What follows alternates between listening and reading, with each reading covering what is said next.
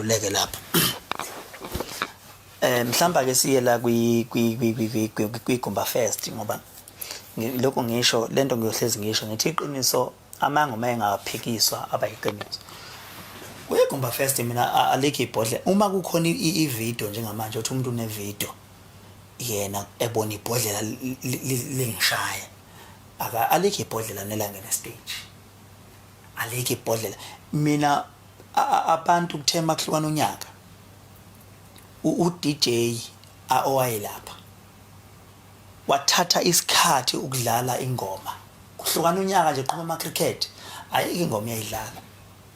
abantu baqala babhukisha on stage ngingakafiki nje ubafika babhukisha on stage